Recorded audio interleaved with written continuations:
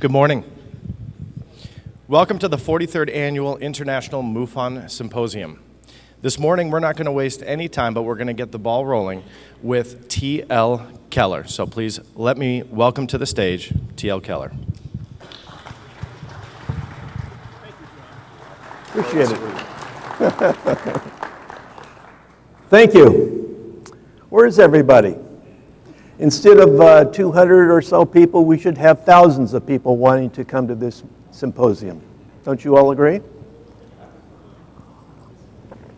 All right. You're probably wondering, who am I? My name is T.L. Keller. I'm a retired aerospace engineer and radio talk show host, believe it or not. But more importantly, I'm the author of the Total Novice's Guide to UFOs. We'll be talking about this a little bit later on. First of all, I would like to thank Dave McDonald for inviting me here. I'm delighted to be present. I'd also like to thank Jan Harzan. Jan, are you in the audience? No? You want to stand up and say hello there? I'd like to thank Jan because much of my second part of the presentation would not have been possible without his help. He is the State Assistant Director for California, and he heads up the Orange County, California MUFON chapter. I'd also like to thank Open Minds Magazine and the Art of Close Encounters. Now, is John Rao here? John? Well, he is in attendance at this meeting. John Rao's team at Open Minds Magazine has been very helpful in my presentation, and some of the artwork that you'll be seeing came from their magazine. To my way of thinking, Open Minds Magazine is the premier UFO magazine. I've never seen anything better than that. The other book that I would like to mention is The Art of Close Encounters by Kim Carlsberg. And she also has allowed me to use some of her images from her excellent book, which is about 350 pages and printed in full color, and it's quite unusual. Now, the title of my presentation, following the theme, is Extraterrestrials, Friends or Foes, or Trading Partners, perhaps.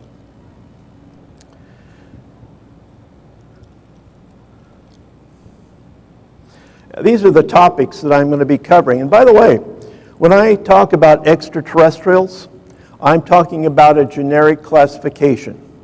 The standard ETs, I'm talking about interdimensional beings, time travelers, even indigenous alien species here on this planet now. Are they all our friends? We'll be talking about the case for friends, the case for neutrals, and the case for foes. The second part of my presentation will begin with the Ben Rich Lectures, which started in 1992 at Wright-Patterson Air Force Base, not too far from here, and the second presentation of his at UCLA in 1993. I'll be talking about the S4 facility in Nevada, the S4 whistleblowers, something called Space Patrol, and then if I have enough time, I will summarize that. Now, to give you a little bit of idea of my background, when I was 8 years old, around 1949, 1950, I had a favorite television program. It was called Space Patrol. Does anyone remember that at all? There's one person in the back. Hey, this was terrific for an 8-year-old. It told a story of a military crew that in a rocket ship zipped around this part of the galaxy, rescuing spacefarers in distress and chasing bad guys. And at the time, I thought it was wonderful. I also read about the same time a number of science fiction novels by Asimov, Sturgeon, and Heinlein, and others. And this opened my mind and imagination to its outer limits, believe me.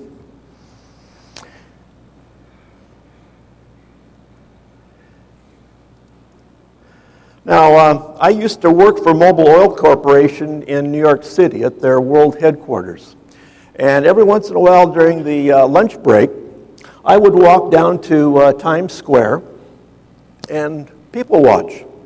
And if you pick 57 people from that crowd, and I use that number for a specific reason, you will find that some of them are very friendly, even in New York City and Times Square. They will give you directions. If you hold out your hat, they might even give you $1. Honestly. Others are neutral. They're indifferent.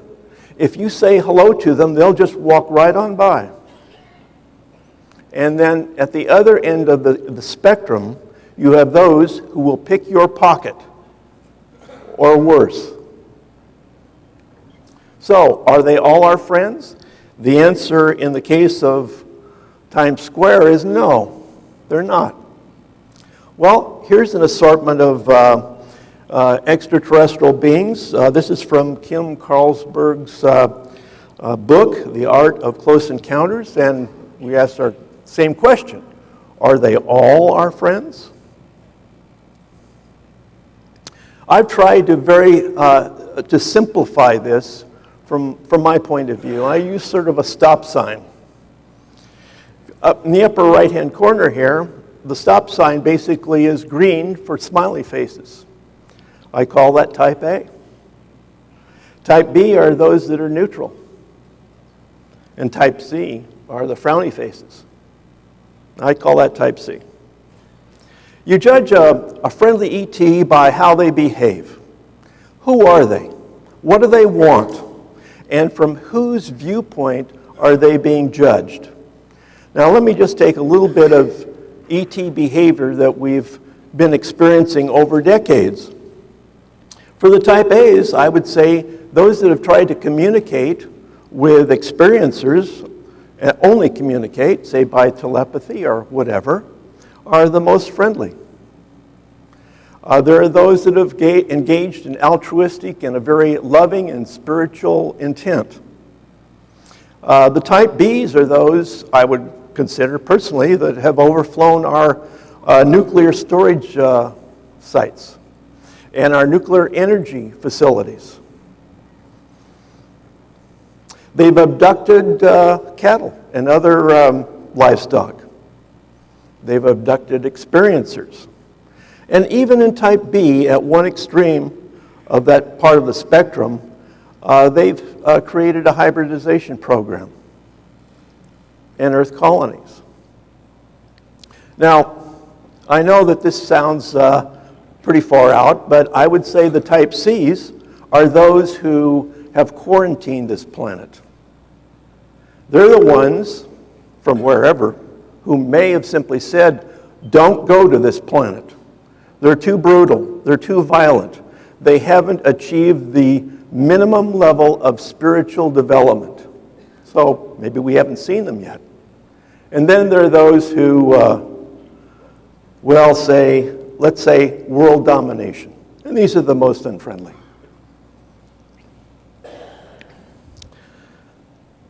Now, I realize fully that there's some people here who will find what I'm about to say unacceptable because it's unbelievable. And I know that. Others will say, well, I can accept what he says over here, but this is over the top. And then the rest of you will say, well, I've known this all along.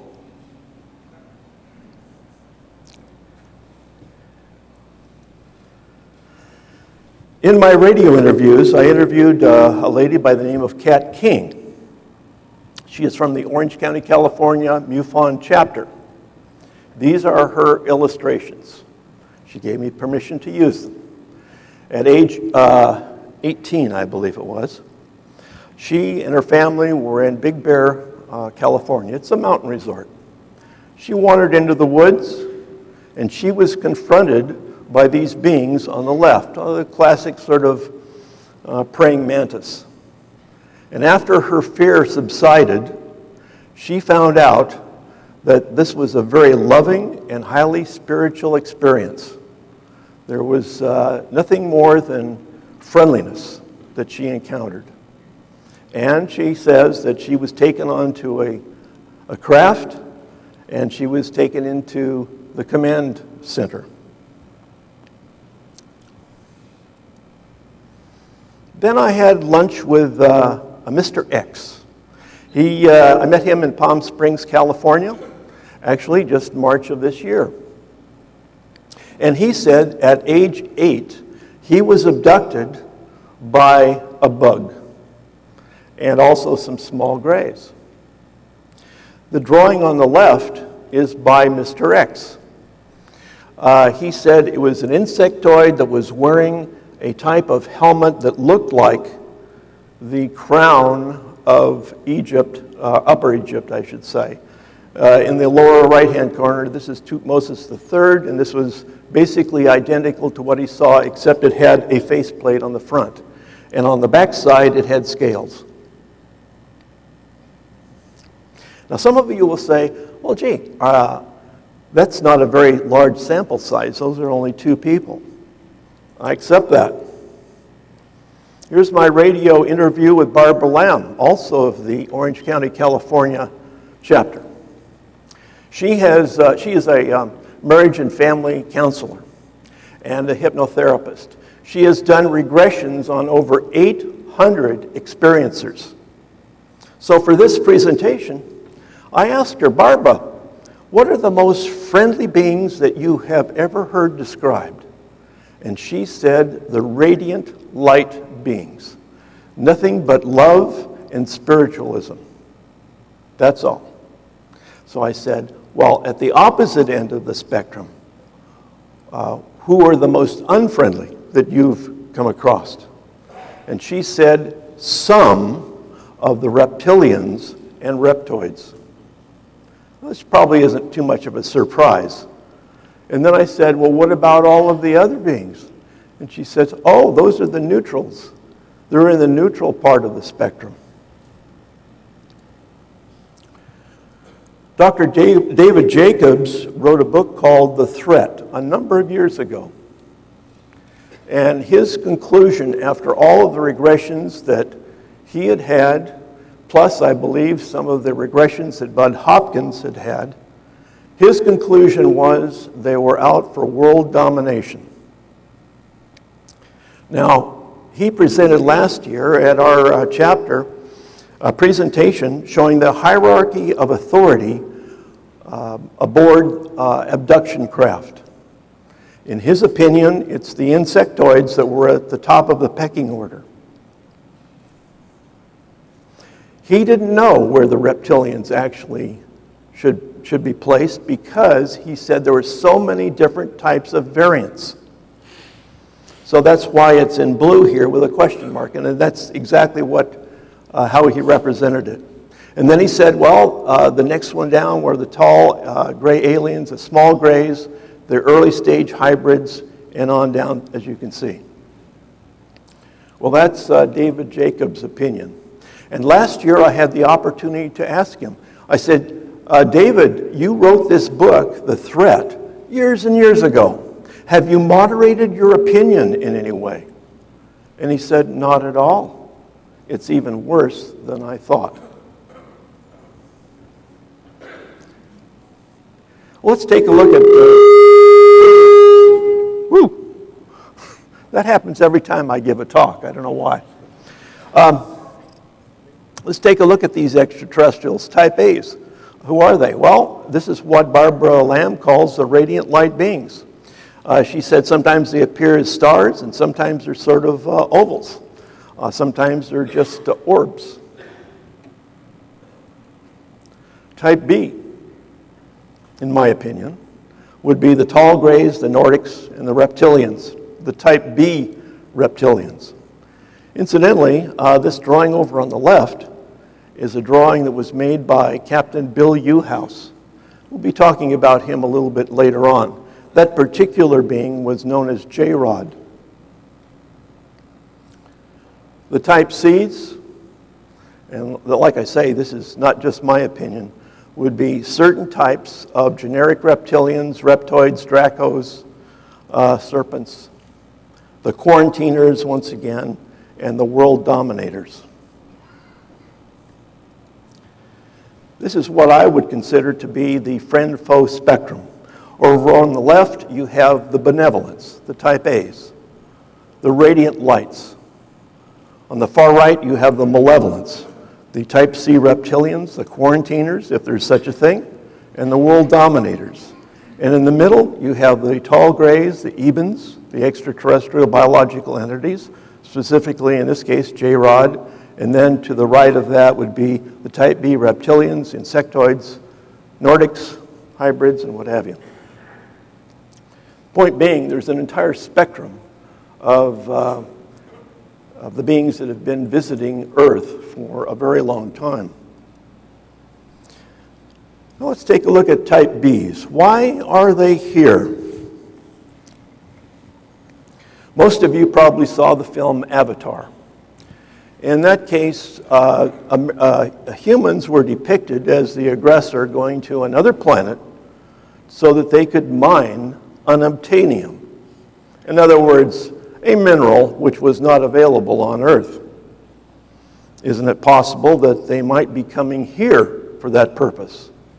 I mean, after all, Zecharia Sitchin said that the Anunnaki came here for gold. Yesterday, someone in this audience informed me that she has some knowledge that some extraterrestrials may be here for deep underground oil. I'm not talking about fossilized crude oil. I'm talking about a substance similar to oil. If you've never heard that before, you heard it first here. They might be trading partners. Here's a photograph, let's say, of a human using alien technology. And then there's the subject of colonization and hybridization. The drawing on the right is from Kim Carlsberg's book. This is entitled The Great Room. And the witness is in the bottom part of this through a fisheye lens, so to speak. These are beds where pregnant females are lying and their fetuses are being removed. Does that necessarily make them Type Cs? I would say not necessarily. And maybe all of the above is true here. Now here's my point. Still talking about Type Bs. It's my opinion that we have engaged in a trading partnership with the Ebens, the Type B Ebens, the type that has been referred to as J-Rod. And they have provided us with their anti-gravity technology and given it to the U.S. military. This happens to be General Nathan Twining, who appeared, he was MJ4, I think, appeared on the front cover of Time magazine. In exchange for this technology, what I'm suggesting is that we have built deep underground military bases similar to this photograph here, or underground, or underwater, I should say, bases located possibly in who knows where, and they're secured by our own U.S. military. That's quite a statement. Maybe I have some proof of that. Maybe not. This is the photograph of Bob Lazar. I know many of you feel that he was a hoaxer. Maybe a government agent. I met Bob Lazar about 20 years ago out in Rachel, Nevada. Excuse me. And he was a very young, technically astute young man. He was shy, he was reserved, he didn't seem to want any publicity, and he seemed to be telling the truth. He said he was hired on, in part, by Dr. Edward Teller, the father of the H-bomb, to retro-engineer extraterrestrial craft at the S4 facility in Nevada. Here's a photograph in the lower left-hand corner of Captain Bill Uhouse. Bill Uhouse was a mechanical engineer, and his claim is that he was hired on at S4 to design, develop, and install a flight simulator for flying discs. And he claimed that he had fairly regular meetings with Dr. Edward Teller and the Eben called J-Rod. J-Rod, according to him, was a technician who advised them as to how to best approach the anti-gravity topic. The diagram is a diagram which represents a flight simulator for a flying disc. It was mounted on a 12-foot pylon, and it had a 3-foot ball bearing. And basically, this simulator rotated around that ball bearing. The trainee entered, the door closed. These mounts, or walkways, I guess you'd call them.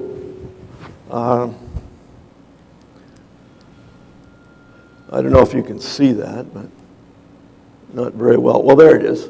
These walkways would retract, and this simulator would could be rotated and set at angles. Another alternate viewpoint about our trading partners was the story from Dr. Dan Burrish. You see here a photograph of our old friend Bill Hamilton. And Dan Burrish's story was that he claimed to be a microbiologist that was hired on at S4 to perform a study of the J-Rod being. Now I'd like to get our feet back down on the ground and talk about Lockheed Martin Skunk Works to make sure that everyone here understands what that is. This is a photograph of a big box of a building in Palmdale, California. It's on the Sierra Highway that you see here, and this is the home now of the Lockheed Skunk Works. The original director of the Skunk Works was Kelly Johnson here, and he was the mentor to his deputy, who was Ben Rich.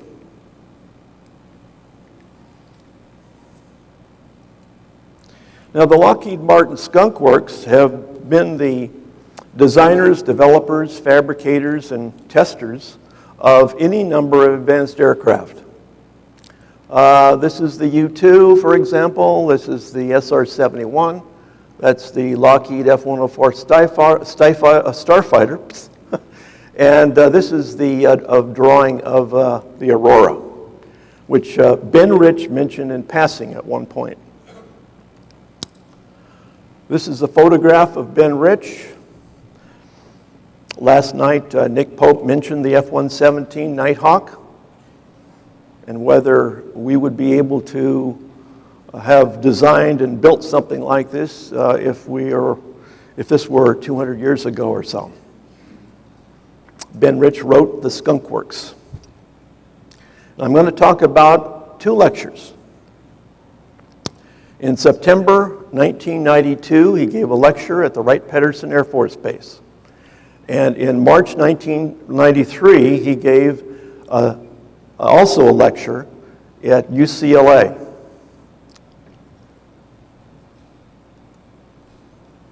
Now, the lecture at Wright-Patterson Air Force Base was just what you would expect. A number of slides, that were about the Lockheed Corporation and Lockheed Martin and all of the various aircraft that they had built. And it was exactly what you'd expect, except for the last slide. In the last slide, Ben Rich, who was the former then president of the Lockheed Skunk Works, said, as his last statement, Lockheed Martin has just received a contract from the Air Force to take E.T. home. And at that point, everybody broke into laughter. Big joke. Now, Ben Rich could have shown the starship from the film E.T., or the starship from the Alien film, or something that had actually been on the drawing boards a number of years before, the Daedalus Project or Project Orion. But he didn't use any of those designs. Does anyone know what his final slide was? No? A black disc. That's right. It was a black flying disc headed towards a very prominent star in the background. Why did he show that?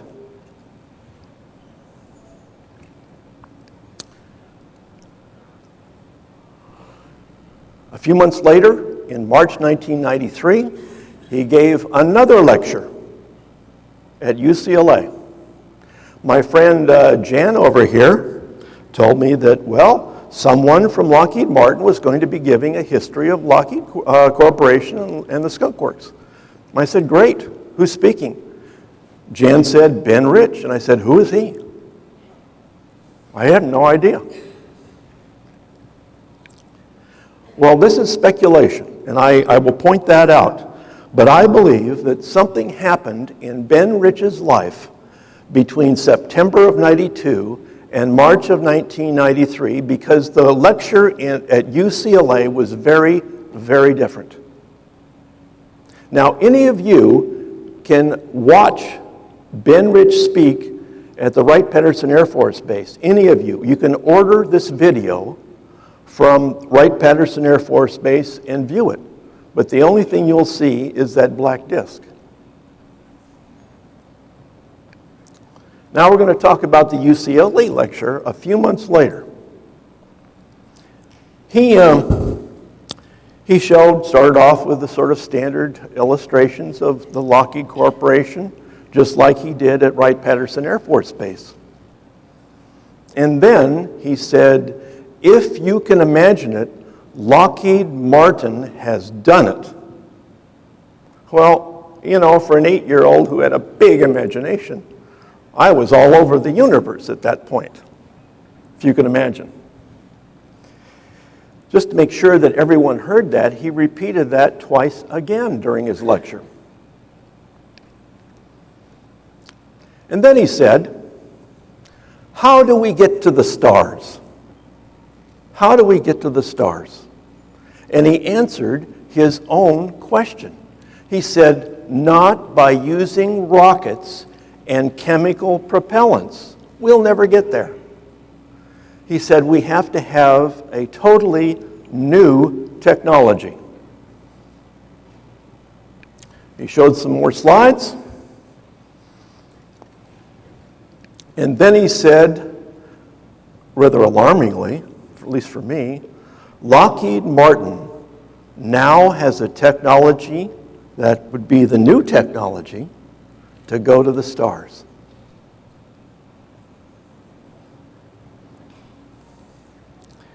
He continued on his presentation until his last slide. And then this is similar to his last slide. I have recreated it, and frankly, I have colorized it because my book is in full color. But this is what he showed. Quite clearly, a flying disc. And then he said, who knows what Lockheed Martin will be working on next? Was he just blowing smoke? I don't think so. I think he would have loved to have told us the truth, but he said he didn't want to be sent to Fort Leavenworth.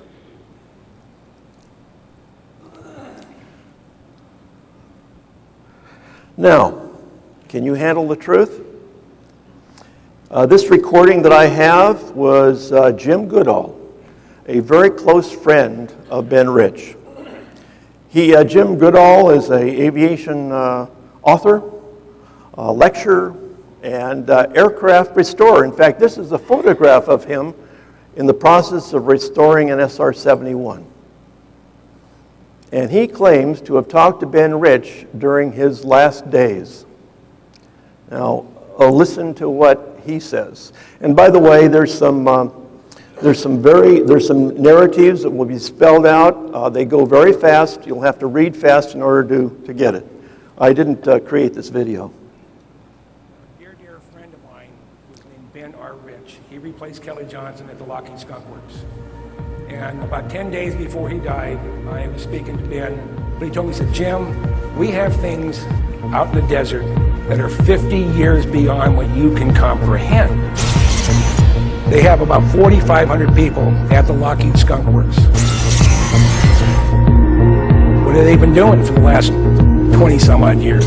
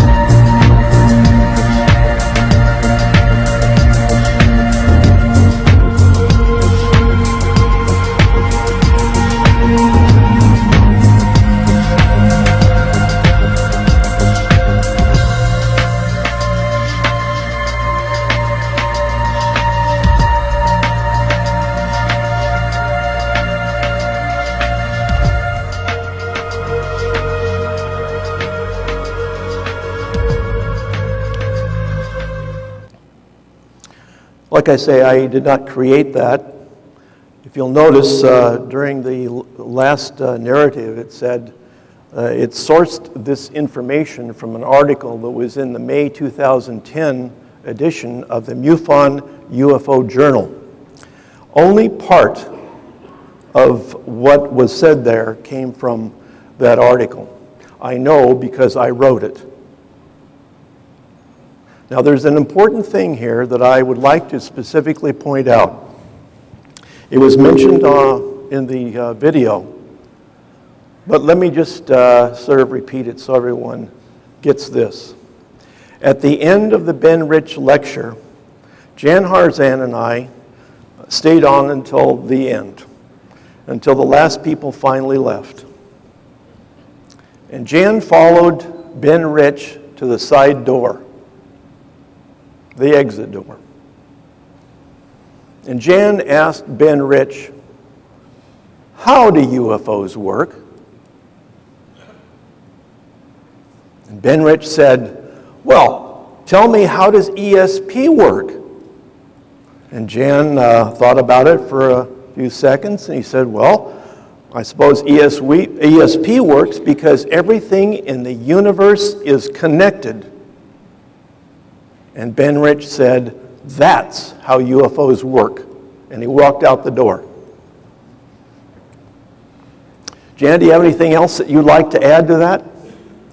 Well, he also said that there's an error in the equation, and we figured out what it is, and that's how it works. Right. Yeah, unfortunately, he didn't say which equations. We asked him which equations he would Right. Yeah. Yeah, he basically said that Ben Rich said that there was an error in the equations. And Ben Rich didn't say which equations. We weren't sure whether we're talking about Einstein or Maxwell or whatever. But he said they had found an error. This was at the Skunk Works, apparently. And they had taken advantage of that knowledge. I'm sure Jan would be happy to answer any questions you might have about the Ben Rich lecture at UCLA. Now, I used to live and work in the Antelope Valley in California. The Antelope Valley is where Edwards Air Force Base is located, where the Lockheed Skunk Works is located, Northrop Grumman, any number of other aircraft companies, aerospace companies, have facilities there. There are a number of secret facilities, which are not known to most people. These are called RCS facilities. Those are radar cross-section facilities. And in the past, they would use this facility to test stealthiness of various aircraft designs. Now, this is the one that is called the Anthill, and it's on the Tejon Ranch in the foothills of the Tehachapis. What they do is they mount a model or a full-size aircraft design on a pylon, and then here they have some various types of radar which they fire these signals to, and they detect what the bounce back is, basically. And if you don't have any bounce back, then you have a very stealthy design. Well, since I used to live in Palmdale, I met someone by the name of Gary Schultz and Norio Hayakawa at a UFO conference in Los Angeles years and years ago. They said that they would take us out to secret facilities where they're manufacturing flying discs. I said, "Great, take me there, wherever it is." And lo and behold, it was where I lived. It was right in front of my nose, and I didn't know about it because these facilities are way out in the sticks.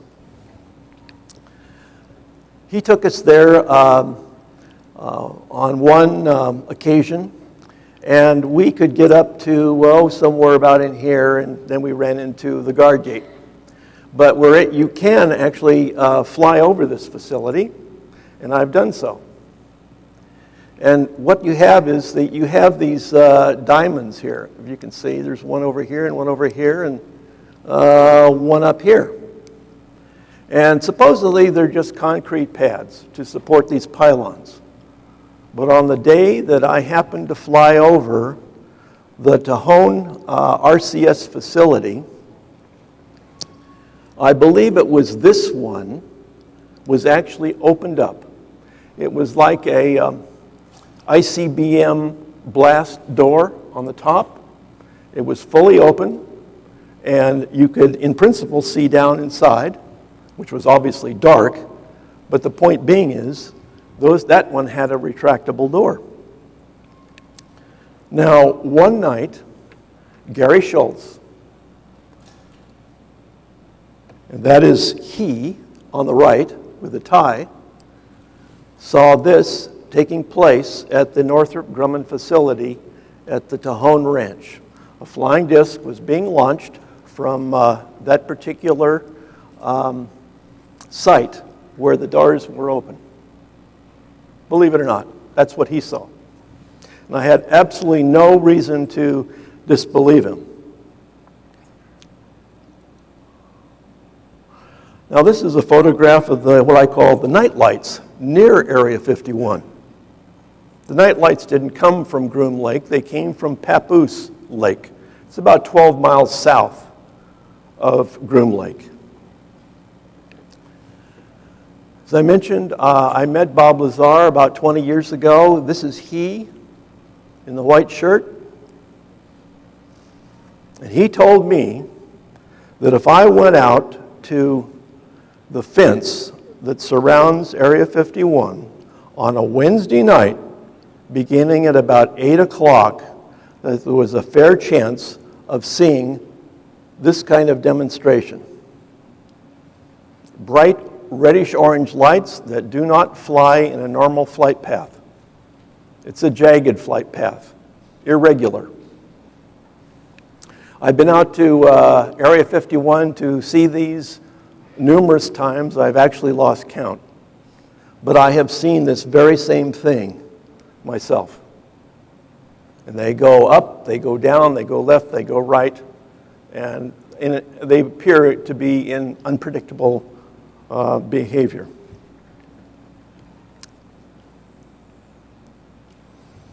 One morning, or I should say one Wednesday night, Jan and I were out there, and absolutely nothing happened.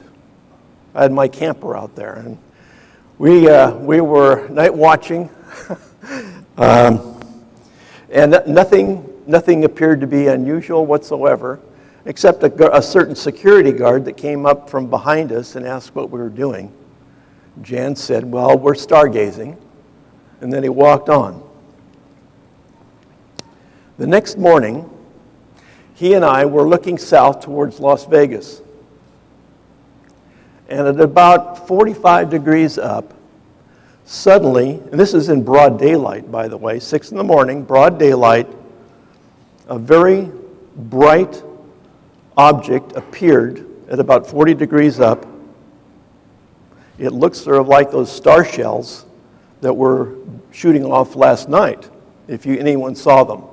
They're very white and bright in daylight. And this object took a jagged flight path and gradually landed behind Papoose Mountain. Now, Jan saw one, I believe. My recollection is there were 3 that came in a period of 10 minutes. To me, they were coming back from a mission. That was the last time I was out there because I didn't feel that I needed to see anything more. I was convinced. Now, Gary Schultz took this photograph on one of our expeditions. Gary had a paralyzed left arm, but he did have a very small camera, film camera with high-speed film. And Gary's idea was to take photographs of just anything in the sky that looked strange. So he was always out there taking these pictures. Now this is a push-processed film which has been, I know it's a little bit on the grainy side, but it's pretty clearly a flying disc. This appeared to be a hovering, flashing red light at the time. But in the development, this is what came out. And this was over the Tikaboo Valley, not over Papoose Mountain. The Tikaboo Valley basically runs along the Nellis Gunnery and Bombing Range. Now here's my disclaimer about this subject. I don't know if these three whistleblowers were telling the truth or not. Having met Bob Lazar personally, I'm convinced that he was brought in to work on propulsion systems. And my feeling is, my sense is that if he didn't work at S4, he knew somebody that did. Because who would know that if you're out there at night on Wednesday nights at 8 o'clock or thereafter, they would be testing these devices. The other one was Bill Uhouse, Captain Bill Uhouse, now deceased. He was the flight simulator mechanical engineer. And Dr. Dan Burish, microbiology. Now, someone has suggested that, well, maybe not all of them are telling the truth. I mean, I'll just, as an example, maybe Dr. Dan Burish is not really a doctor. Maybe he was simply taking some of the stories from Lazar and Captain Bill Uhouse and making up his own. I don't know. All I do know is that Michael Schratt, formerly of Open Minds magazine, has followed the Dan Burish story extensively, and he just has come up against a brick wall. Can't go any further. And what I'm asking you to do is this. If you have any first-hand knowledge of the S4 facility, please come to my vendor table. I will take down the information, and I will pass it on to Michael Schratt, who is an aerospace historian.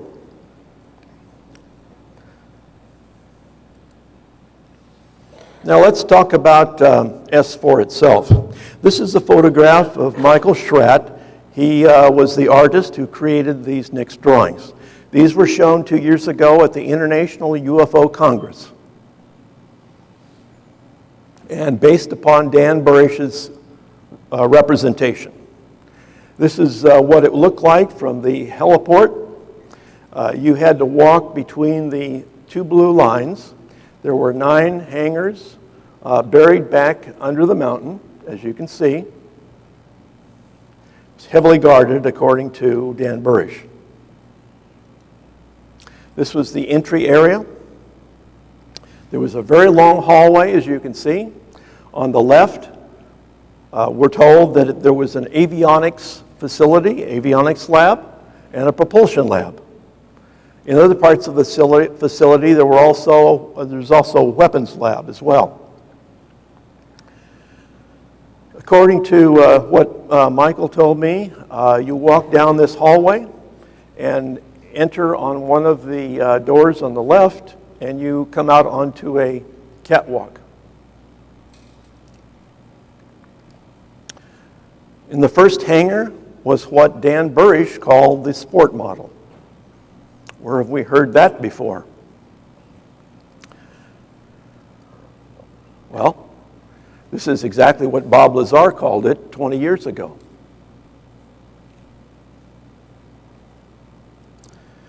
Hangar 2 was empty. Hangar 3 had the Roswell craft. Now, it's shown here with a tarp over it. I would assume that that's because it was damaged.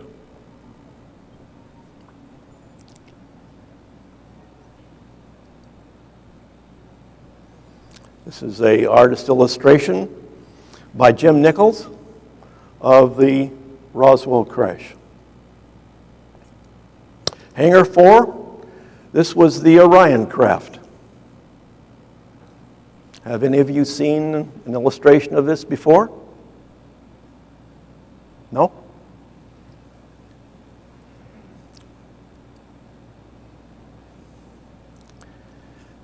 The drawing in the upper left-hand corner appeared in Bill Cooper's book a number of years ago. It's shown here. It's entitled, Behold a Pale Horse. It is still available on the bookshelves, or it can be ordered. But the book included this drawing, which was by Mark McCandlish. He wasn't identified as the artist at the time in the book, but that's who did it. And this was a representation of what an alien reproduction vehicle looked like. and it was also known as the flux liner. The illustration on the right is a combination of work from Michael Schratt and Mark McCandlish. This illustration appeared, some while back in Open Minds magazine. If you take a look at this, there's a space for 4 crew. These are oxygen tanks. This is a very large capacitor. This is a remote manipulating arm, as if it's intended to travel in space and pick up something or drop something off. And this is obviously the propulsion system. And from what I understand, this contained ions of mercury. Hangar 6 was what was referred to as the Roswell Alien Reproduction Vehicle.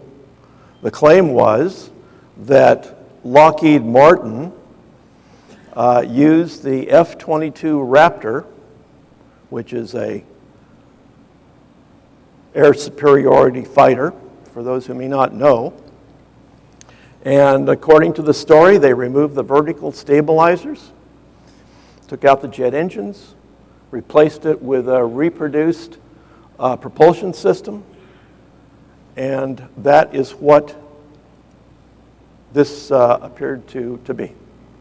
Since it was Lockheed Martin, it wouldn't be too much of a problem for them to do that.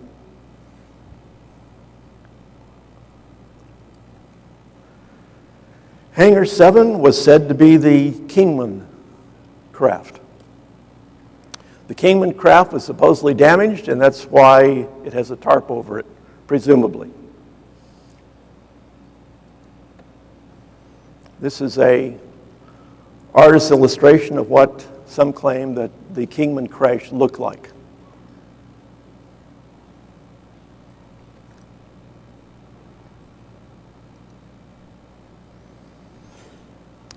In Hangar 8 was what they called the licorice drop. It was a triangular, pyramidal shaped craft, highly polished, black, highly reflective, mirror-like, they said. Has anyone ever seen or heard of something like this? Couldn't hear that. Rendlesham, did someone say that? Oh. 1980, Rendlesham Forest. I don't know if anyone's speaking on that topic, but they should. There was a device that was said to have landed outside of an U.S. Air Force base, and a Colonel Halt and a large crew were sent out with lights at night, and they made recordings. There was a very black mirrored surface, triangular, pyramidal shaped craft there. I'm not saying it's the same one that was reported to be at S4, but it's the same style, put it that way. Now, let's get back to Space Patrol.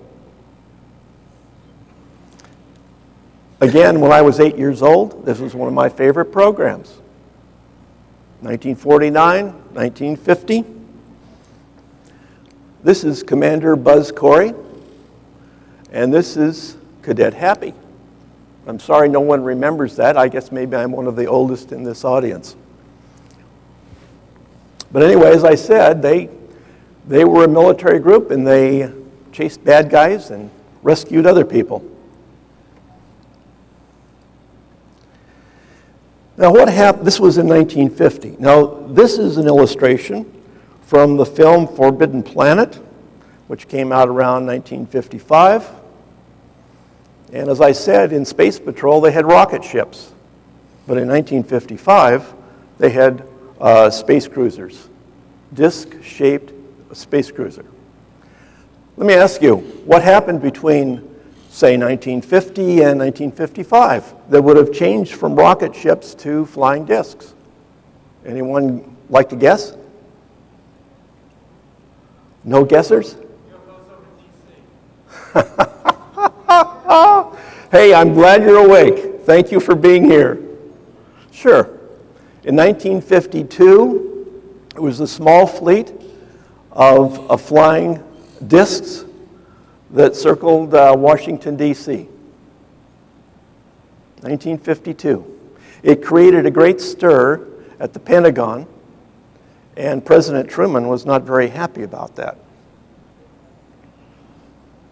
When the flying disc continued on, they sent up 2 Lockheed F-94 interceptors to intercept them. I don't know what they're trying to do, but intercept them. And basically, when the F-94s got up into the air, the flying disc left. Then the F-94s landed. The discs came back. 2 more F-94s were sent up. Needless to say, they never caught them. Yesterday, I heard from George Filer. George, are you here? No? I heard from George Filer that one of those Lockheed F-94s crashed. News to me.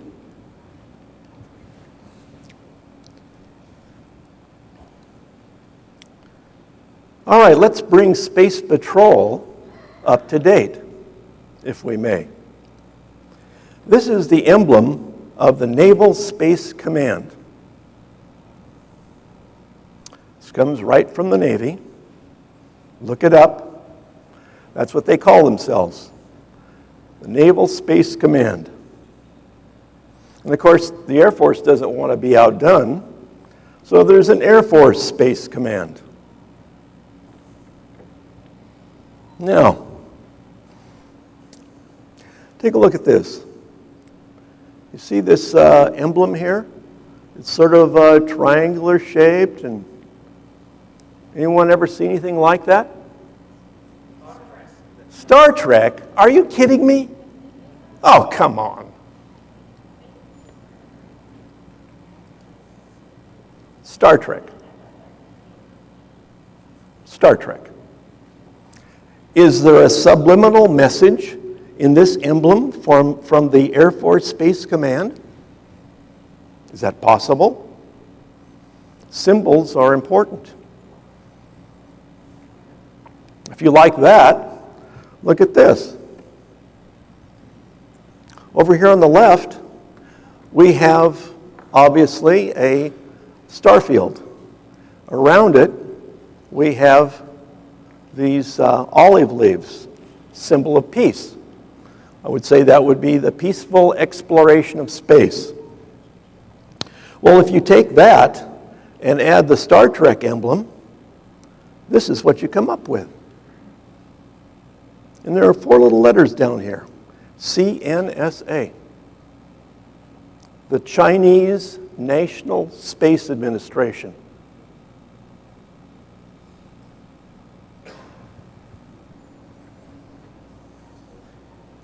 What I'm suggesting is that between the Naval Space Command and the Air Force Space Command, this is the current day Space Patrol.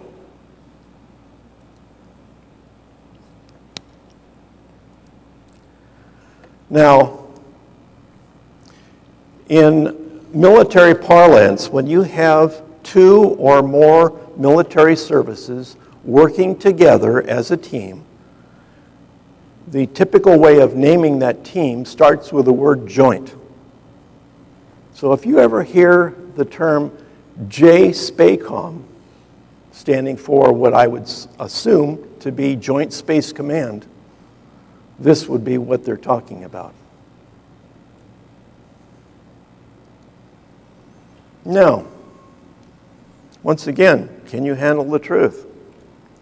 I'm going to take Ben Rich at his word that in 1993, Lockheed Martin had the new technology to go to the stars.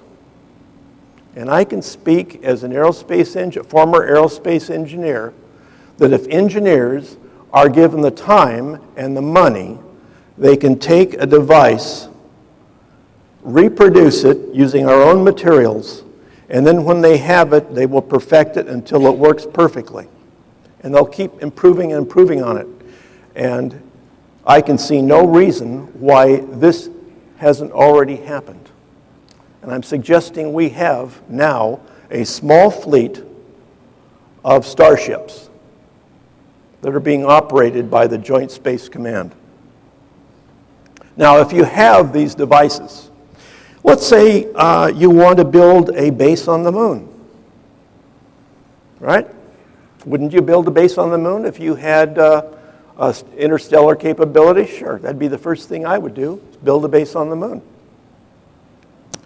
I would also design much bigger devices, maybe large triangular devices to carry crew, consumables, base modules to construct the facility. I would also build a base on Mars. Now, some people may say, well, you know, that can't be. We're landing a Mars rover tomorrow. It's called Curiosity, if you haven't heard about that. Why would we be sending a Mars rover to Mars tomorrow if we already have a base there? Well, number one, it would preserve our current image of technology development that everyone thinks we have.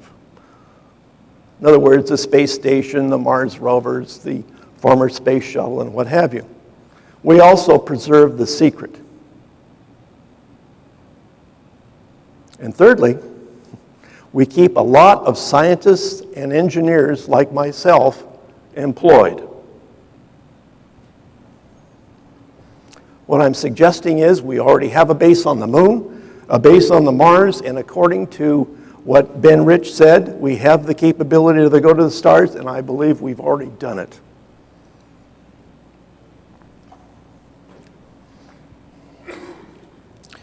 Now, to save time, I'm not going to show this video.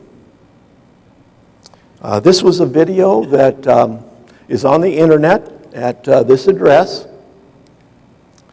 This came from Dr. Stephen Greer's Disclosure Project. This was done in about 2001, I believe, at the National Press Club in Washington, D.C. And this image is of Sergeant Carl Wolf. Now, Carl Wolf was in 1965, an Air Force technician.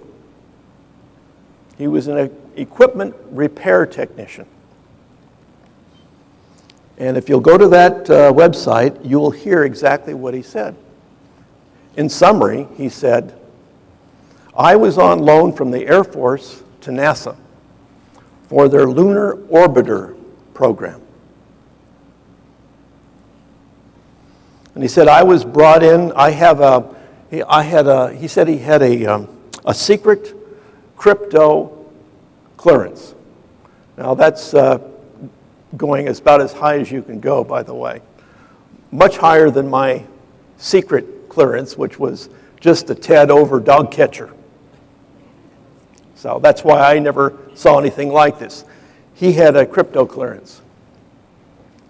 So he was brought into this photographic lab that was processing images from Lunar Orbiter. And he was attempting to fix the equipment.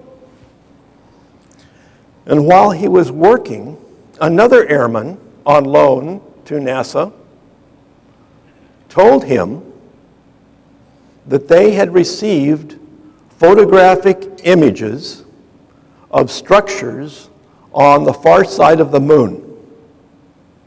This is 1965. He said at that point he was shocked. And then that airman showed him some of the photographs. And these were photographs of towers, mushroom-shaped buildings, spherical structures.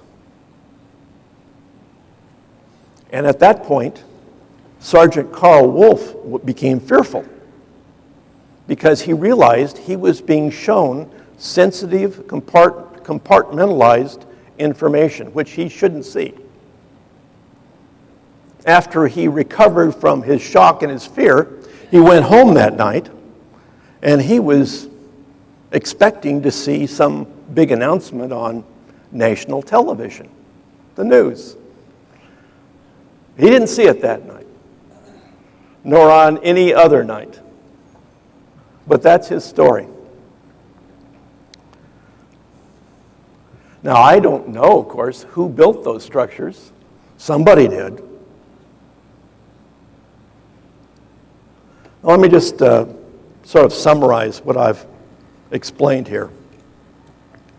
First of all, there are two types of real solid UFOs. The ones that they make and the ones that we make. There are two separate U.S. space programs. The International Space Station, the shuttles, the Mars rovers are all what I call the white space program. This is what the general public has been exposed to for decades.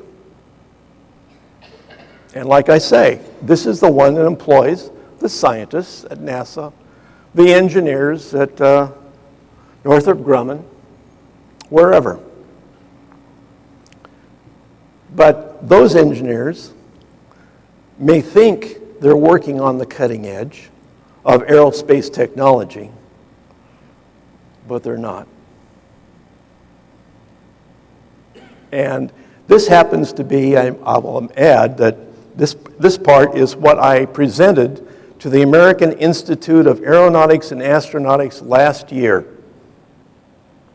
And I'm told that this created quite a stir, because a lot of engineers don't like to think that they're not on the cutting edge. So there's also a parallel program that I call the Black Space Program, consisting of crashed and recovered UFOs, alien reproduction vehicles, Joint Space Command, and who knows what more. We now have the capability to travel to the stars, and most likely we have already established bases on the moon and Mars. And as it says, over the millennia, Earth has been visited by dozens of extraterrestrials, interdimensionals, time travelers, or whatever.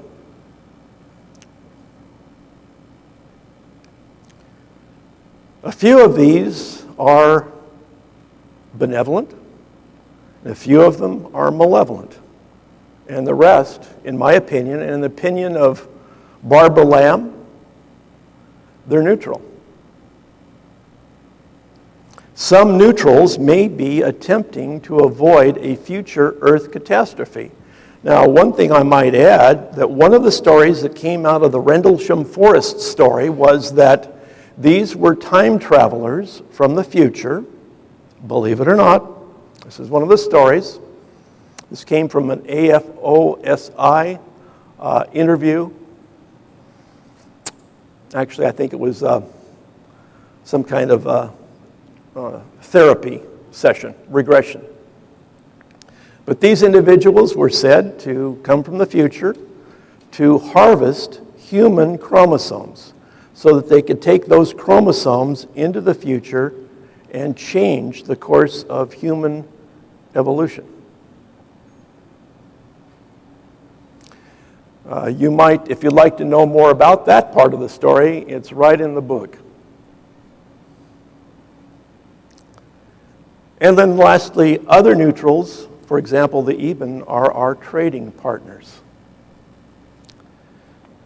Now, this is just a commercial message here.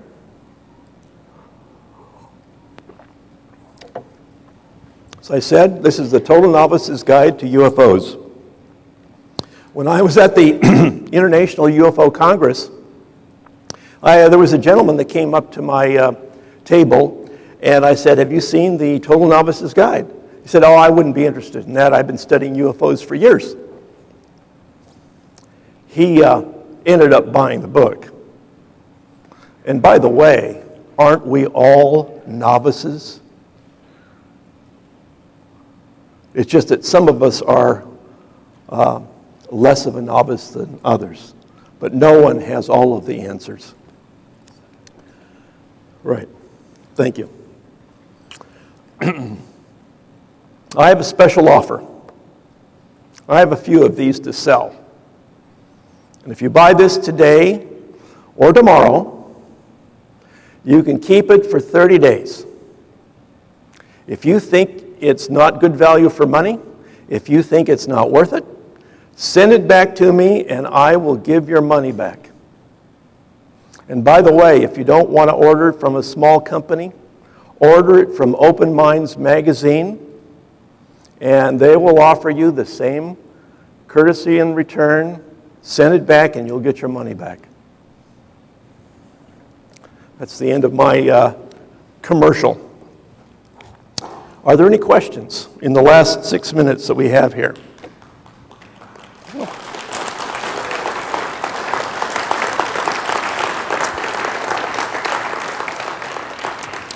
Yes. What do the malevolents do?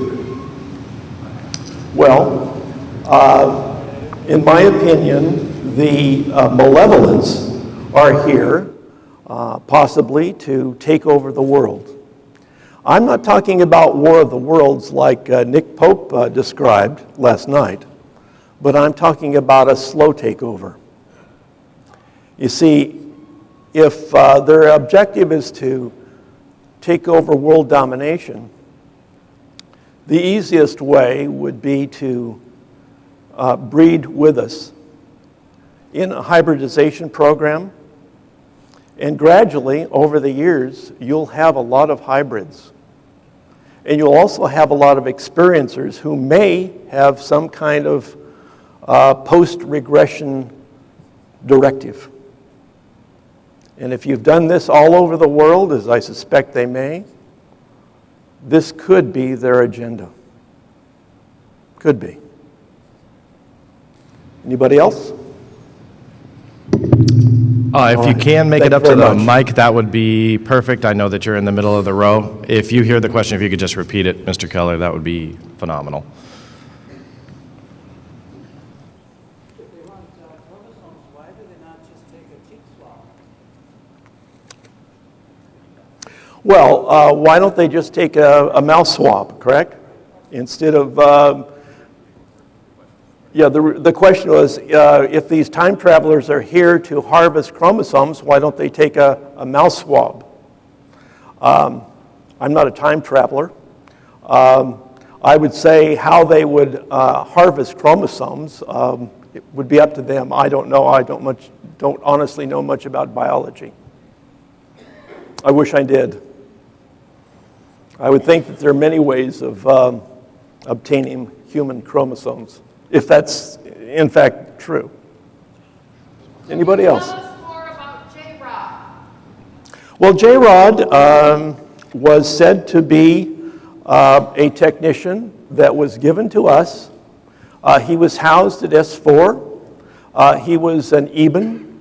The reason why he was called J-Rod was because they asked him what his name, and my understanding was that he wrote a J and then a bar, and they called it J-Rod. And apparently, at least from the information that I've received, there were more than one J-Rod. In other words, J-Rod 1, J-Rod 2, and that sort of a thing. J-Rod, according to Dan Burish, had some kind of degenerative disease. And according to the Burish story, he was brought on to research this disease and attempt to correct it. Anybody else? We got a question at the mic. Where did he come from? Well, he would have been an Eben. I believe the story is that he was from Zeta Reticuli. Now that is a double star, I believe. And of course, there are other reports that other different types of grays also came from that star system. Yes? Do you think there's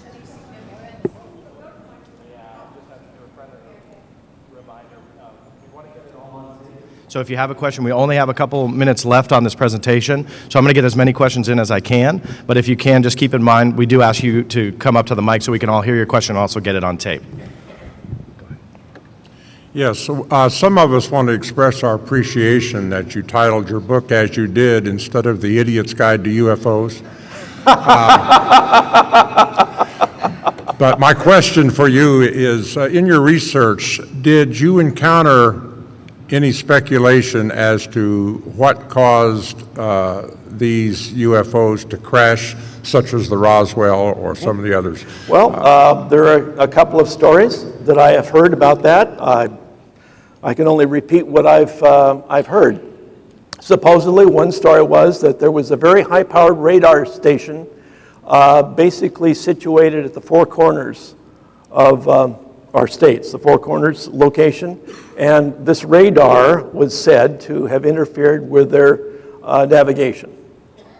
Another story was that there was a very heavy rainstorm, thunderstorm that night, and one explanation was that it was hit by a lightning strike and crashed. Yet another story is that there were two craft in the air at the same time, and they collided. I don't know if Stanton Friedman is here. He would be a far better person to ask than I. But those are the three stories that I have heard. Jan. Hi, Tom. I just wanted to give a plug for your book because I think it's an excellent publication, high quality. I bought a copy of it. It has the entire UFO subject detailed, and it's extremely high quality. I actually gave it to my daughter because she wanted to find out about UFOs. Rather than spend hours explaining things to her, I just said, you should read this book. So, excellent. Question for you. After your presentation to the aerospace engineers, were there anybody come up to you afterwards or have any interesting conversations you could share with us? Yes.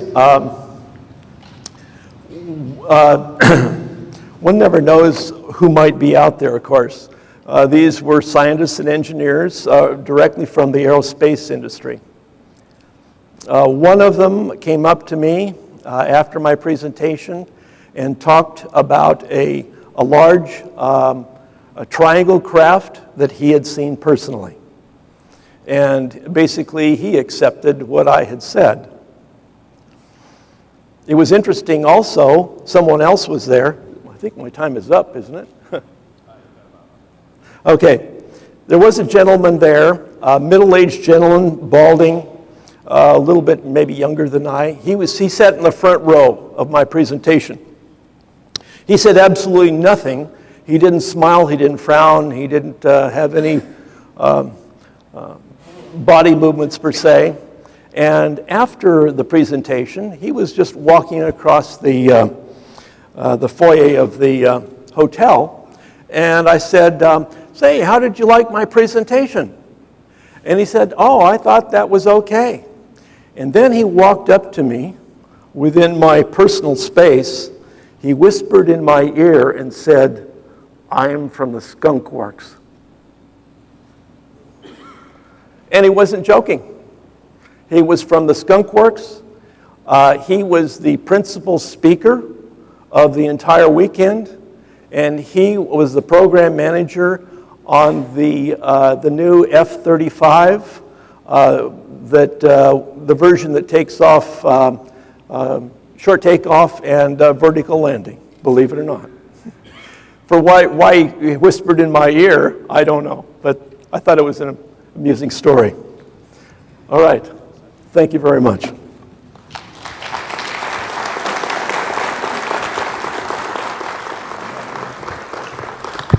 Thank you, Mr. Keller. Thank all of you. We have a 15-minute break. Take this opportunity.